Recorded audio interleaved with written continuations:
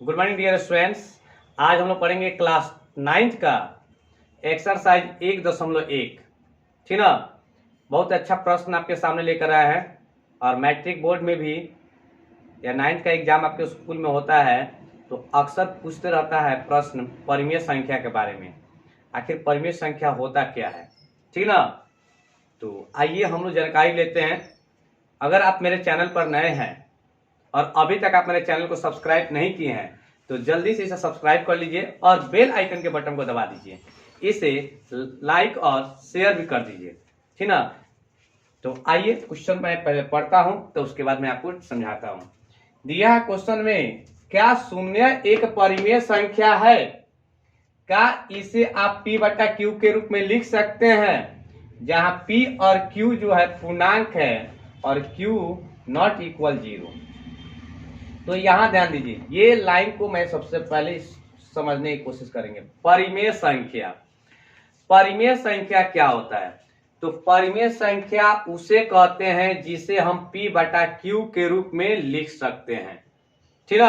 याद रखिएगा, p बटा क्यू के रूप में अगर हम लिख देंगे तो ये आपका परिमेय संख्या होता है। बट इसका एक कंडीशन भी है। इसका क्या कंडीशन है कि ये q का मान जो होना चाहिए 0 नहीं होना चाहिए। दिमाग में रखिएगा, जैसे 1 बटा अगर 0 लिख दीजिएगा तो ये परिमेय संख्या नहीं होगा। बट ऐसे आप 0 बटा 1 लिख दीजिएगा तो ये परिमेय संख्या हो जाएगा। समझ में आ गया होगा आपको। तो आइए क्वेश्चन जो बोला उसके हिसाब से मैं चलता हूं। क्या शून्य एक परिमेय संख्या है? तो शून्य मतलब शून्य, जैसे ये शून्य देखिए, शून्य खाली दिया है। क्या पूछ रहा है? 0 जो है एक परिमेय संख्या है? बताइए तो 0 के नीचे क्या छिपा हुआ रहता है? एक छिपा है कि नहीं छिपा है, ठीक ना। तो ऊपर अंश हो गया, नीचे हर हो गया। तो अंश 0 है और हर क्या है? 1 है। क्या हर में 0 है? नहीं ना, 0 है, इसीलिए ये परिमेय संख्या है। तो हम क्या बोलेंगे, क्या शून्य एक परिमेय संख्या है? तो लिखेंगे आंसर में, हाँ शून्य एक परिमेय संख्या है। हो गया। क्या इसे आप p बटा क्यू के रूप में लिख सकते हैं? तो फिर लिखेंगे हाँ, इसे हम p बटा क्यू के रूप में लिख सकते हैं। उदाहरण देना है, यहाँ पे उदाहरण दे दीजिए समझाने के लिए ताकि समझ में आ जाए। तो उदाहरण हम लिख सकते हैं जैसे में, तो देखिए 0 भी लिख सकते हैं। 0 के नीचे का छिपा रहता है 1, कर दिए 0 बटा 1, 0 बटा 5, 0 बटा 2, 0 बटा 7 etc डॉट डॉट, बहुत सारा हो जाएगा, ठीक ना। आपको समझ में आ गया होगा क्वेश्चन नंबर 1, ठीक है ना। आइए हम लोग क्वेश्चन नंबर 2 देखते हैं। 1.1 का ही है, ठीक है ना, 1.1 का ही है। तो 3 और 4 के बीच 6 परिमेय संख्या लिखें। 3 और 4 के बीच 6 परिमेय संख्या लिखें, ठीक ना। देखिए, जब भी इस तरह का परिमेय संख्या बोलेगा निकालने के लिए तो सबसे आसान तरीका मैं सिखा रहा हूं। और एक और बात बताते हैं कि बहुत सारे बच्चे जो होते हैं बनाने के बाद आंसर मिलाते हैं। परिमेय संख्या निकालने का अनेकों तरीके होते हैं और इसका आंसर जो होता है सेम टू सेम किताब से भी मिल सकता है, सेम टू सेम किताब से नहीं मिल सकता है, क्योंकि बनाने का अनेकों तरीके होते हैं। तो मैं अपना एक इजी तरीका आपके सामने रख रहा हूँ, ठीक है ना। तो आइए देखते हैं। पहले 3 और 4 है, तो देखिए 3 यहाँ पे लिख दीजिएगा और इसके नीचे क्या लिखिएगा? 1 लिखिएगा। फिर 4 यहाँ पे लिख दीजिएगा, इसके नीचे क्या लिखिएगा? 1 लिखिएगा, ठीक है ना। ये दोनों के बीच में देख लीजिएगा कितना दिया है, 6 दिया है ना। इस ज्यादा अंक से गुना करा दीजिएगा। ज्यादा अंक जो नजदीक वाला हो 7 से गुना करा सकते हैं, 8 से गुना करा सकते हैं, 9 से गुना करा सकते हैं, 10 से गुना करा सकते हैं। तो आसान रहेगा 10 से गुना कराना। ऊपर नीचे क्या कीजिएगा? 10 से गुना करा लीजिएगा। तो 3 30 हो जाएगा, अब बट्टा में क्या हो जाएगा? 10 हो जाएगा, ठीक है। अब आइए आगे देखते हैं हम लोग। फिर इसमें भी जिस तरह उसमें 10 से गुना कराएं उसमें इसमें भी 10 से क्या करेंगे? गुना करा लेंगे। तो 40 बटा 10। अब देख लीजिएगा दोनों का जो हर था सेम सेम आया है ना। जब सेम सेम आएगा तो आप समझिएगा कि आपका यहाँ करेक्ट हो गया है। अब 30 और 40 के बीच में संख्या निकालना है, कितना निकलना है 6। तो आप लिख दीजिएगा 31/10, 32/10, 33/10, 34/10, 35/10 और 36/10। ये आपका आंसर हो गया। मतलब 30 और 40 के बीच में लिखना था, जो मैंने आपको बता दिया। ठीक है ना, सिंपल तरीका से क्वेश्चन था, मैंने इजी तरीका प्रोसेस से आपको सिखाया। ठीक है ना। इसके आगे वाला प्रश्न है, आइए मैं दिखा रहा हूं आपको कैसे निकालना है। 3/5 और 4/5 के बीच में 5 परिमेय संख्या निकालना है। सिंपल क्वेश्चन है। सेम उसी तरह क्या कीजिएगा, 3/5 यहाँ लिख दीजिएगा। मैंने क्या बताया, जितना दिया रहेगा उससे थोड़ा सा बढ़ा दीजिएगा। 7, 8, 9, 10 जो से बनकर उससे गुना करा लीजिए। गुना 10 कर लेंगे, गुना 10 कर लेंगे। 4/5 गुना 10 हो गया, गुना 10 हो गया। ध्यान रखेंगे बेस समान रहेगा तब इस तरह के नियम पर फॉलो कीजिएगा। बेस समान नहीं रहेगा तो फॉलो मत कीजिएगा इस रूल को। अब आपके सामने है, 3 में 10 से गुना करेंगे तो कितना हो जाएगा, 30 हो जाएगा। 5 में 10 से गुना करेंगे तो 50 हो जाएगा।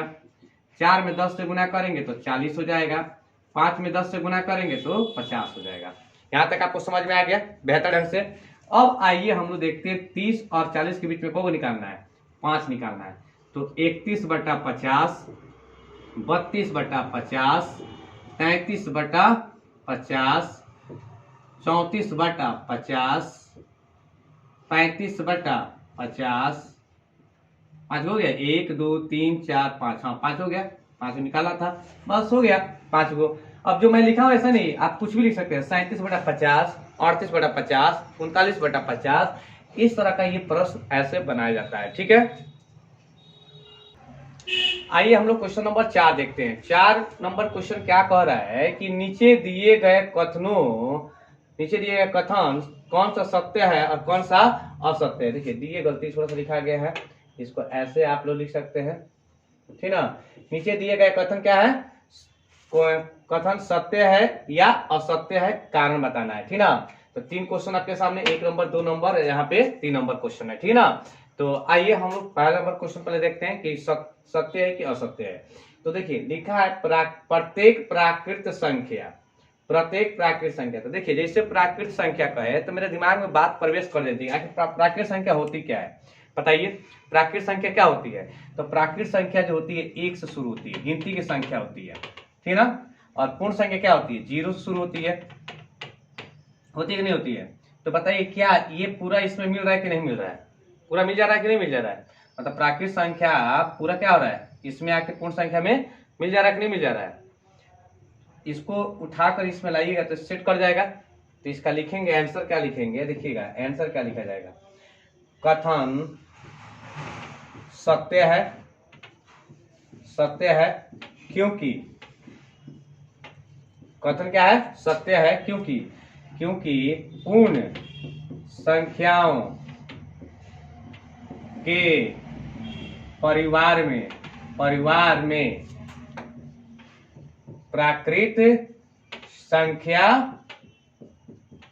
होती है। ध्यान दीजिएगा, पूर्ण कथन सत्य है क्योंकि पूर्ण संख्या के परिवार में प्राकृत संख्या होती है। पूर्ण संख्या के परिवार, पूर्ण संख्या यह है, इसके परिवार में क्या ये पूरा मिल रहा है कि नहीं मिल रहा है, पूरा मिल जा रहा है। यही बात लिख दिया गया है कि इसका कथन सत्य है क्योंकि पूर्ण संख्याओं के परिवार में प्राकृत संख्या होती है।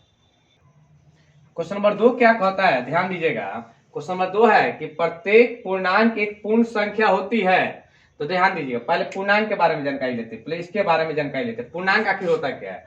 पूर्णांक आपको पता है कि संख्या रेखा पर 0 इधर पूरा धनात्मक संख्या होता है, जैसे 1 2 3 4 ये होता है। इधर क्या होता है, -1 -2 -3। देखिए तो मतलब ऋणात्मक भी होता है पूर्णांक संख्या, धनात्मक भी होता है पूर्णांक संख्या।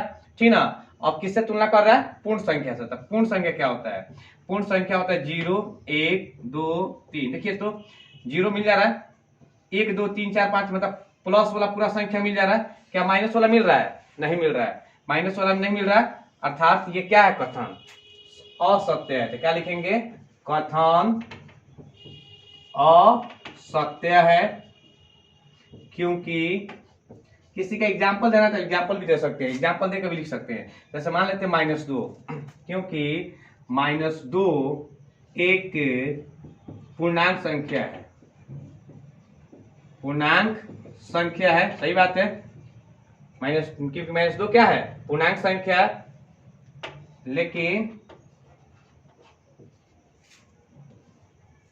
ये क्या है, पूर्ण संख्या, लेकिन पूर्ण संख्या नहीं है। समझ में आ गया। कह रहा है प्रत्येक पूर्णांक एक पूर्ण संख्या होती है। तो बताइए -2 जो होता है पूर्णांक संख्या होती है। तो देखिए, तो पूर्ण संख्या माइनस में होती है, नहीं होती है ना। तो वही बात लिख दिए कि कथन असत्य है क्योंकि -2 जो है एक पूर्णांक संख्या है, लेकिन पूर्ण संख्या नहीं है। ठीक ना, आगे समझ में ना आपको। आइए हम लोग देखते हैं क्वेश्चन नंबर इसका 3 है। 3 नंबर क्वेश्चन समझते हैं हम लोग कैसे है। कह रहा है क्वेश्चन नंबर 3 इसमें का चौथा का तीसरा नंबर बता रहे हैं, प्रत्येक परिमेय संख्या एक पूर्ण संख्या होती है। प्रत्येक परिमेय संख्या एक पूर्ण संख्या होती है। हाँ बिल्कुल होती है कि नहीं होती है, पहले बताइए आप। प्रत्येक परिमेय संख्या एक पूर्ण संख्या होती है? नहीं होती है। अब पहले इसके बारे में पहले जानकारी लीजिए। मैंने आपको थोड़ा सा देखना चाहा कि आप क्या सोच रहे हैं कि सर क्या बोल दिए। आइए ना, आइए, परिमेय संख्या पूर्ण संख्या होती है। तो ध्यान दीजिएगा, परिमेय संख्या क्या होता है, p/q के रूप में होता है, मतलब बट्टा के रूप में आता है, ठीक ना। और पूर्ण संख्या क्या होती है, 0 से, ठीक है, ये होती है। तो इसका लिख देंगे कथन असत्य है, ठीक है ना, क्योंकि। किसी एग्जाम्पल देना चाहते हैं, दे सकते हैं, जैसे 5/7 हो जाएगा, 5/, क्योंकि 5/7 एक परिमेय संख्या है, परिमेय संख्या है, लेकिन क्या 5/7 परिमेय पूर्ण संख्या होगा? नहीं। लेकिन पूर्ण संख्या, कौन पूर्ण संख्या नहीं है? 5/7 यहाँ पे नहीं लिख रहा है, आपको मन है तो लिख सकते हैं, लेकिन 5/7 पूर्ण संख्या नहीं है। तो लेकिन पूर्ण संख्या नहीं है। बस आपका एक्सरसाइज इस तरह 1.1 कंप्लीट होता है। तो आगे के वीडियो में मैं आपके बीच एक्सरसाइज 1.2 बनाकर आपके पास भेजूंगा। अभी तक आप मेरे चैनल को सब्सक्राइब नहीं किए हैं तो जल्दी से सब्सक्राइब कर लीजिए और बेल आइकन के बटन को जरूर दबा दीजिए, ताकि कोई भी वीडियो मैं बनाकर आपके पास भेजूं तो आपके पास सीधे डायरेक्ट पहुंच जाए, ठीक है ना। तो तब तक के लिए धन्यवाद। जय हिंद, जय भारत।